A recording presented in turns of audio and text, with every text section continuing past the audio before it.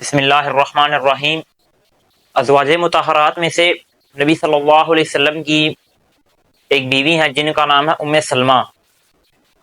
حضرت ام سلمہ رضی اللہ تعالی عنہ، ان کی نبی صلی اللہ علیہ وسلم کے ساتھ شادی کیسے ہوئی، میں آپ کے سامنے اس کی وضاحت کرتا ہوں۔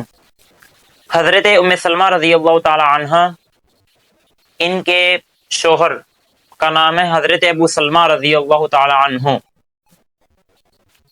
یہ ایک دن نبی صلی اللہ علیہ وسلم کی مجلس سے آئے۔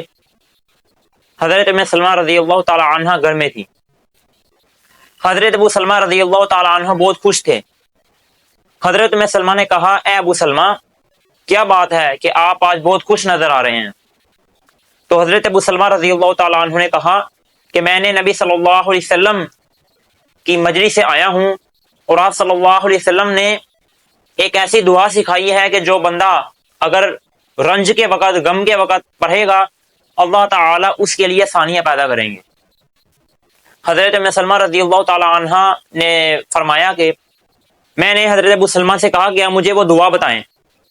جب انہوں نے وہ دعا بتائی، اللہم اجرنی فی مصیبتی واخلف لی خیرا منہا، اے اللہ، آپ مجھ کو میری مصیبت سے پناہ دیجئے کہ جو مصیبت مجھ کو پہنچی ہے مجھے اس سے بچا لیں، اور آپ اس مصیبت کے بعد میں آنے والی جو چیزیں ہیں اس میں مجھے بہتری عطا فرمائیں۔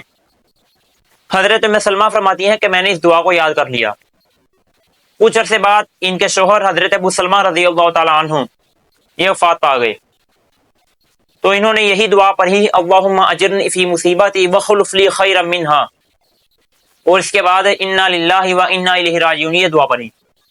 حضرت ام سلمہ کہتی ہیں کہ میں یہ سوچا کرتی تھی کہ میں نے اس دعا کو تو پڑھ لیا ہے، لیکن اس دعا میں جس بات کی طرف اشارہ ہے کہ بھئی بہتری ملے گی، وہ بہتری میرے لیے کیا ہوگی، وہ خیر میرے لیے کیا ہوگی۔ حضرت ام سلمہ کہتی ہیں کچھ عرصہ گزرا تو میں ایک دن جب میری عدت پوری ہو گئی، حضرت ام سلمہ رضی اللہ تعالی عنہ کی جب عدت پوری ہو گئی تو یہ ایک کھال کو دبا کر دے رہی تھی، اتنے میں نبی صلی اللہ علیہ وسلم ان کے گھر میں تشریف لے آئے۔ حضرت ام سلمہ رضی اللہ تعالی عنہ نے آپ علیہ الصلوۃ والسلام کو بٹھایا۔ کچھ دیر گزری تو نبی صلی اللہ علیہ وسلم نے حضرت ام سلمہ سے کہا، اے ام سلمہ، میں آپ سے نکاح کا ارادہ رکھتا ہوں۔ حضرت ام سلمہ نے کہا، اے اللہ کے نبی صلی اللہ علیہ وسلم، میرے کچھ عذر ہیں، وہ یہ کہ ایک تو میں عمر رسیدہ ہو چکی ہوں، اور دوسرا یہ کہ میری اولاد بھی ہے۔ تو نبی صلی اللہ علیہ وسلم نے فرمایا، ان باتوں کا ان کاموں سے کوئی تعلق نہیں ہے، لہذا میں آپ سے نکاح کا ارادہ رکھتا ہوں، کیا آپ میری زوجیت میں آنا چاہیں گی؟ حضرت ام سلمہ نے کہا، اللہ کے نبی صلی اللہ علیہ وسلم، یہ تو میرے لیے فخر کی بات ہے، یہ تو میرے لیے باعث شرف ہے کہ میں اللہ کے نبی صلی اللہ علیہ وسلم کی زوجہ بننا چاہوں۔ نبی صلی اللہ علیہ وسلم نے حضرت ام سلمہ رضی اللہ تعالیٰ عنہ سے نکاح کیا۔ نکاح کے بعد حضرت ام سلمہ فرماتی ہیں تو مجھے اس وقت یہ بات یاد آئی کہ جو میرے شوہر نے مجھے یہ دعا سکھائی تھی کہ مصیبت میں جو شخص، رنج میں، غم میں جو شخص ان کلمات کو پڑھے گا، اللہ تعالیٰ اس کے لیے اس غم کے بعد، اس پریشانی کے بعد آسانیاں پیدا کریں گے۔ فرماتی ہیں کہ میرے لیے وہ بہتری، وہ آسانی، وہ نبی صلی اللہ علیہ وسلم کی زوجیت میں آنا تھا۔ بات بتانے کا مقصد یہ ہے کہ ہم سے پہلے صحابہ کرام اور تابعین جو ہمارے قابلین گزر چکے ہیں، انہوں نے قرآنی تعلیمات پر اور نبی صلی اللہ علیہ وسلم کی سیرت پر اور دعاؤں کو جو سیکھا ہے اس پر عمل کیا ہے، دل و جان سے اس پر یقین بھی رکھا ہے۔ صرف اور صرف سیکھنا کافی نہیں تھا، بلکہ اس پر یقین رکھنے کے بعد اس پر عمل کرنا بھی اپنے زندگی میں لے کر آئے ہیں۔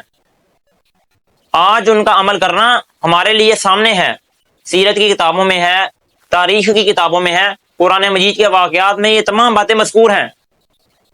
ہم بھی اگر عمل کر لیں اسی قرآن پر کہ جو آج سے 1450 سال پہلے تھا اور آج بھی وہی ہے اور رہے گا بھی قیامت تک یہی، ہم بھی اسی قرآن پر عمل کریں۔ قرآن سے علاوہ اگر ہم کسی اور راستے پر جائیں گے، نبی علیہ الصلوۃ والسلام کی شریعت کو چھوڑ کر کسی اور شریعت پر جائیں گے، کسی اور راستے پر جائیں گے، ہم بھٹک جائیں گے۔ کامیابی، کامرانی، فتح اسی میں ہے کہ ہم دین محمدی پر کامل طور پر اور اکمل طور پر عمل کریں۔